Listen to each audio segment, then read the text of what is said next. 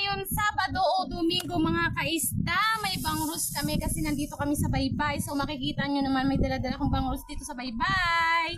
At kami nga po ay maliligo dito sa baybay mga kaisda. At ako may bangrus. Siyempre, ang gagawin ko lang dito sa bangrus na to ay bibiakin ko lang mga kaisda at isusugba ko mga kaisda. At ang akin nasa likod ay si Stephen na nag-iihaw ng baboy. Yan, nag-iihaw siya ng baboy diyan sa likod ko. At ako'y nandito, lahat ng usok nandito na napunta na sa akin. So, ayan na, ating bibiakin. Bibiakin lang natin to. Hindi na tatanggalan ng bituka. Wow, eh. Tatanggalin mo pala. O, tanggalin daw. Siyempre, bibiakin na natin to kasi isusugba lang natin, di ba? Yan, bibiakin na natin. Kasi nandito kami sa baybay, maliligo kami lahat. Subukan lang natin. Ini lang. Okay, makulong ka. Ini.